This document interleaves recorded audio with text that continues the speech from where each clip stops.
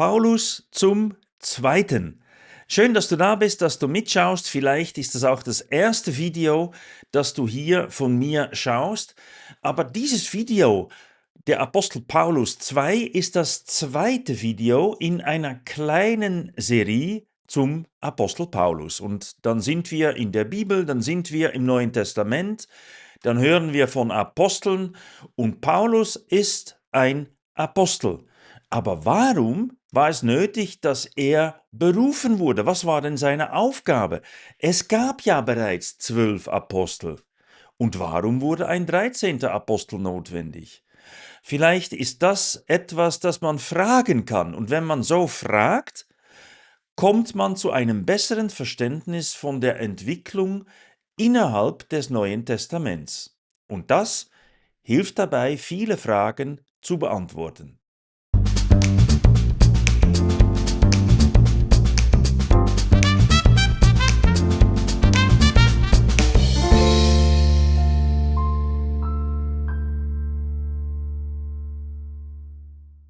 Viele Menschen können mit Paulus gar nichts anfangen.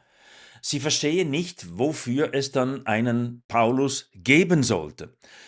Alle kennen die 12 Apostel. Und es gibt natürlich viele Verweise an die 12 Apostel und die werden in den Evangelien genannt, auch nachher noch. Es ist, als scheint es so, dass die 12 Apostel den Grundstock an Aposteln bieten. Aber dieser Grundstock wird erweitert um einen weiteren Apostel und das ist Paulus. Aber wie dieser Paulus einzuordnen ist, das ist für viele Menschen sehr schwer zu verstehen und vor allem Paulus schreibt so schwierig und seine Briefe sind schwierig. Was soll denn dieser komplexe Person plötzlich im Neuen Testament? Was hat er da zu suchen? Wozu wurde er berufen? Das sind Fragen mit Bedeutung und sogar mit weitreichenden Konsequenzen. Aber diese findet man natürlich erst, wenn man sich mit ihm befasst. Wann gibt es denn eigentlich Paulus? Paulus taucht nämlich erst auf, wenn ein wichtiger Teil vom Neuen Testament bereits hinter uns liegt. Wenn wir also mit dem Neuen Testament mitlesen und sozusagen in die Geschichte einleben, dann lesen wir in den 4 Büchern, in den 4 Evangelien, die gleich zu Anfang sind, parallel die Geschichte über die Zeit, dass Jesus auf Erden lebte, in 4 verschiedenen Varianten. Und dann kommt nach dieser Zeit, am Schluss der Evangelien wird Jesus gekreuzigt und dann folgt die Auferstehung und danach gibt es die Apostelgeschichte. Und Paulus, er taucht erst auf in der Apostelgeschichte, also nach Kreuz und Auferstehung.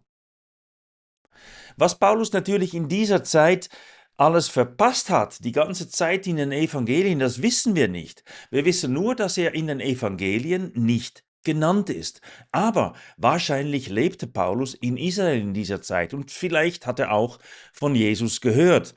Aber er ist nicht Teil der Berichterstattung in den Evangelien. Er taucht da nicht einmal als Verweis auf. Paulus kannte, soweit wir das aus der Bibel entnehmen könnten, Jesus nicht aus der Zeit, als Jesus auf Erden wandelte. Aber die 12 Apostel, die gab es genau nur eigentlich in dieser Zeit. Die wurden da berufen von Jesus höchstpersönlich. Und zwar wurden die 12 Apostel berufen, während sie mit anderen Dingen beschäftigt waren, zum Beispiel als Fischer ihre Netze flickten. Und Jesus kam vorbei und sagt, steh auf und folge mir nach. Und dann sind die aufgestanden, sind ihm nachgefolgt. Das war übrigens kein Dauerzustand, denn die Fischer haben auch später wieder gefischt und so. Aber sie haben Jesus, sind ihm nachgefolgt und haben mit ihm dann so etwas wie ein Lehrer-Jünger-Verhältnis geformt. Sie sind bei Jesus in die Lehre gegangen, und Jesus hat erklärt, das Leben, die Welt, Gott, Judentum, das war das Thema. Und auch natürlich die Verkündigung des kurz bevorstehenden Reiches, das kommen sollte. Und das war nach jüdischer Überlieferung ganz klar, es wurde ein messianisches Reich verheißen und dieses messianische Reich sollte zu Israel kommen und Jesus war Jude, lebte in Israel, die Jünger waren Juden, lebten in Israel. Und als Jesus dann sagte, hey, das Königreich ist nahe gekommen, dann war es das Königreich, das einst weit weg war, das ist jetzt nahe gekommen. Also das ist nicht irgendwie die Kirche, das ist nicht irgendwie ein Reich auf Erden, das wir politisch erfassen müssen, sondern das war ein klarer Anschluss an die Verheißungen, die Israel als Volk erhalten hat, in dem, was wir heute das Alte Testament nennen. Paulus gab es aber zu dieser Zeit nicht. Und Jesus ist mit 12 Jüngern unterwegs. Und diese 12 Jünger schickt Jesus eines Tages aus. Und wenn er seine Jünger ausschickt, werden die Jünger zu Apostel. Denn das Wort Apostel heißt nichts anderes als Gesandter mit einer Nachricht. Das heißt, sie werden hinausgesandt von Jesus in die Gegenden, wo sie waren. Und Jesus sagt, sie sollen verkündigen, dass das Königreich, das messianische Königreich kurz bevorsteht, jetzt gleich da ist und so und hat sie auch aufgetragen, Zeichen und Wunder zu vollbringen als Beglaubigung sozusagen, dass was sie sagen richtig ist. Und dann sind in dem Moment die 12 Jünger zu 12 Apostel geworden. Aber Paulus, er war noch nicht da. Paulus kam erst in der Apostelgeschichte, also nach Kreuz und Auferstehung. Paulus war ein frommer Jude, er gehörte zur Sekte der Pharisäer und er hatte besonders viel Not mit dieser jüdischen Sekte von Jesus-Nachfolgern. Und er wollte diese Sekte verfolgen. Und man soll verstehen, dass es viele Lehrer dazu mal gab, die Jünger mit sich führten. Johannes der Täufer zum Beispiel war auch so einer. Er hat auch Jünger um sich versammelt und Jesus hat das auch gemacht. Also Jesus war nicht der Einzige, der mit Jüngern herumlief, aber er war einer, der auffiel, der gestorben war und dann sollte er auferstanden sein und dann wurde doch vieles durcheinander geworfen und Paulus, Saulus hieß er damals, der war sehr fromm und dachte, das ist nicht in Ordnung. Und er hat angefangen, diese Gruppe von Gläubigen zu hassen, zu verfolgen. Und er war so maßlos irritiert über diese Gruppe, dass er das nicht nur innerhalb von Israel, sondern auch außerhalb von Israel machen möchte. Und so war er mit Briefen der Hohepriestern einmal unterwegs nach Syrien, nach Damaskus, um dort ebenfalls Jünger von Jesus zu verfolgen. Und dann auf dem Weg nach Damaskus passiert etwas Spezielles. Plötzlich, kurz vor Damaskus, erstrahlt ein helles Licht über die Reisegruppe. Paulus fällt zu Boden, er hört eine Stimme, der sagt, Saul, Saul, was verfolgst du mich? Und Saulus, der sagt dann, wer bist du, Herr? Und dann hört er die Stimme sagen, ich bin Jesus, den du verfolgst. Und das war ein intensives Erlebnis, eine Vision, schätze ich, auf dem Weg nach Damaskus, den teilweise von allen Reisenden, aber teilweise auch nur von Paulus so wahrgenommen wurde. Und es gibt verschiedene Berichte, wo er das nochmal beschreibt in der Apostelgeschichte.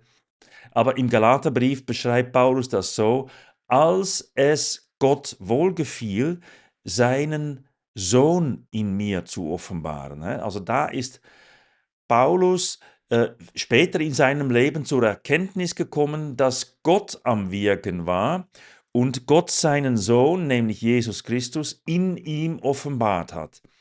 In dieser Vision begegnet Paulus die Gnade Gottes und Jesus Christus als der Weg, der Sohn Gottes, wohindurch Gott seine Gnade bekannt gibt. Das ist eine spannende Geschichte und wir sehen hier, dass Paulus erst in Apostelgeschichte Kapitel 9 diese Erfahrung macht. Erst dann tritt er auf.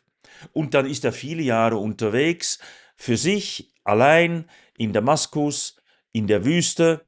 Und das lesen wir zum Beispiel in Galater Kapitel 1 und 2, dass er da ganz lange allein unterwegs ist, bevor dass er dann seinen Dienst beginnt. Und seinen Dienst beginnt er erst in Apostelgeschichte Kapitel 13. Und das ist immer noch eine frühe Sicht, die sagt, so jetzt sondert mir ab, Paulus und Barnabas zu dem Dienst, wofür ich sie berufen habe.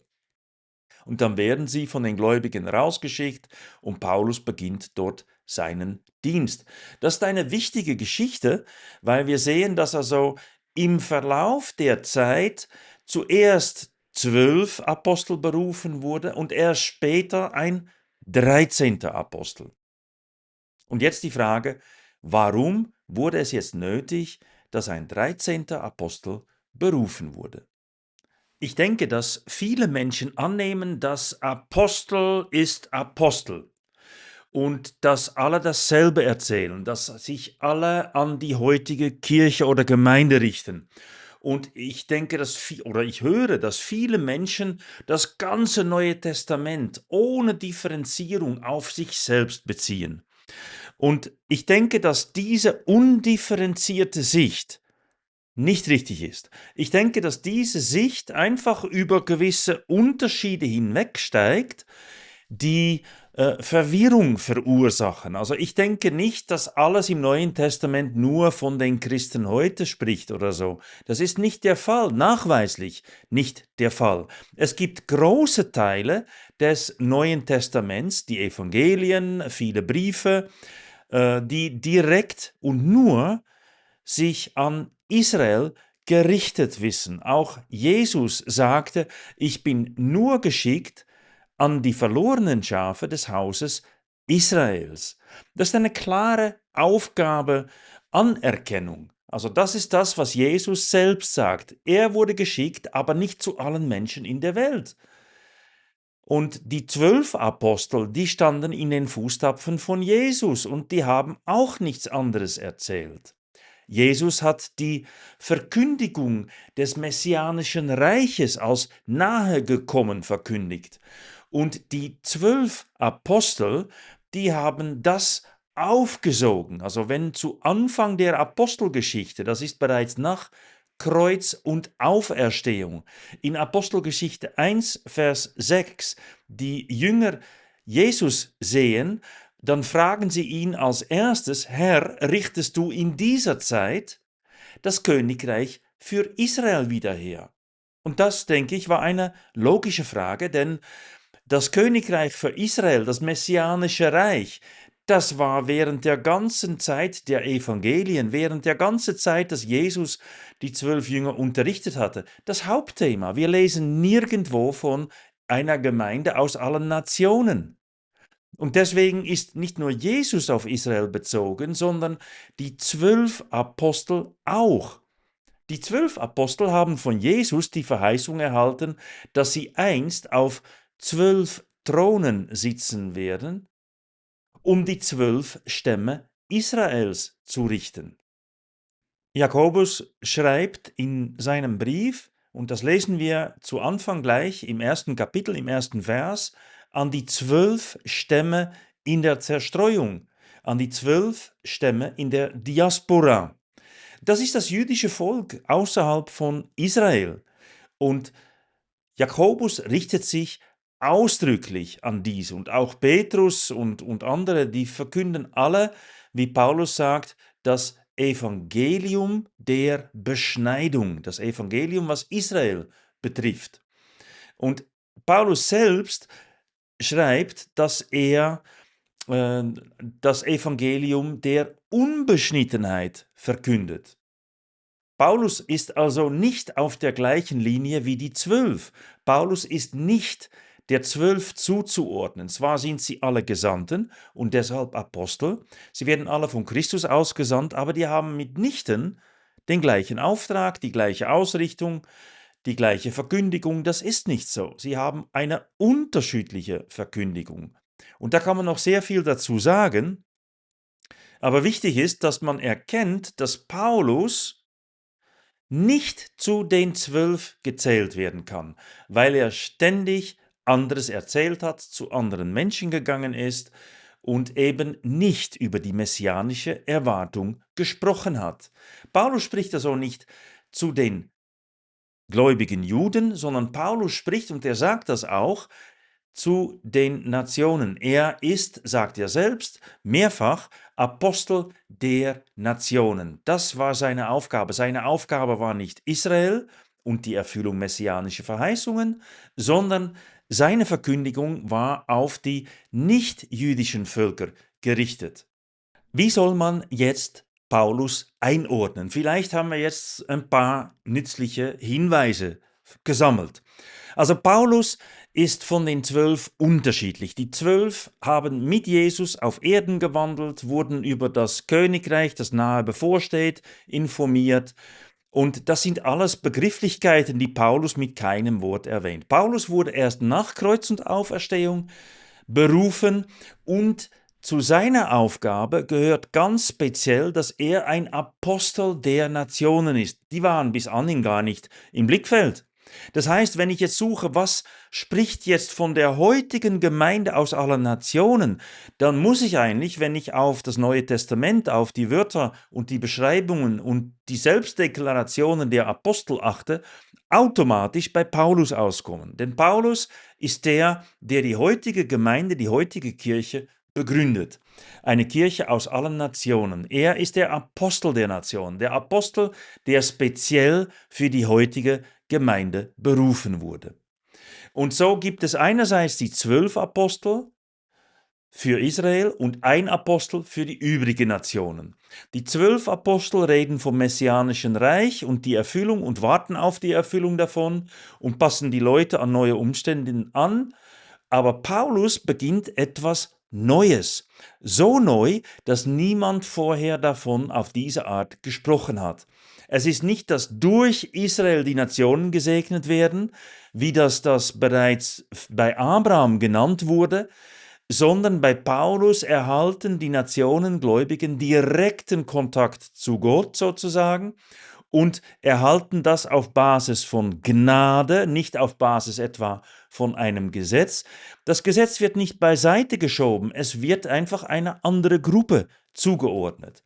Und eine Art, das zu sehen, ist, dass in der großen Familie Gottes, wenn wir das als Firma bezeichnet, dass es in dieser Firma verschiedene Abteilungen hat. Eine Abteilung ist für Israel. Da gibt es 12 Apostel, die in dieser Abteilung arbeiten. Und dann gibt es eine andere Abteilung genannt Nationen, die übrigen Völker. Und da gibt es einen Apostel und Paulus arbeitet dort. Beide Abteilungen sind in derselben Firma. Beide arbeiten zum gleichen Ziel hin, aber mit anderen unterschiedlichen Aufgaben. Und diese Sicht ist sowohl einfach wie in hohem Maße erleuchtend über, wie sich das Neue Testament entwickelt. In den Evangelien gibt es keine Gemeinde aus allen Nationen. Die entsteht erst allmählich durch die Berufung des Apostels Paulus, und bei ihm kann man dann noch viel mehr lernen über das, was heute Christsein ausmacht. Wenn dich diese Ausführungen interessieren und vielleicht sogar als weiterführend vorkommen, dann kann ich dir zur Vertiefung wärmstens mein Buch Feuer und Vision empfehlen, das sofort jetzt überall erhältlich ist. Ich danke dir fürs Zuschauen und bis zum nächsten Video.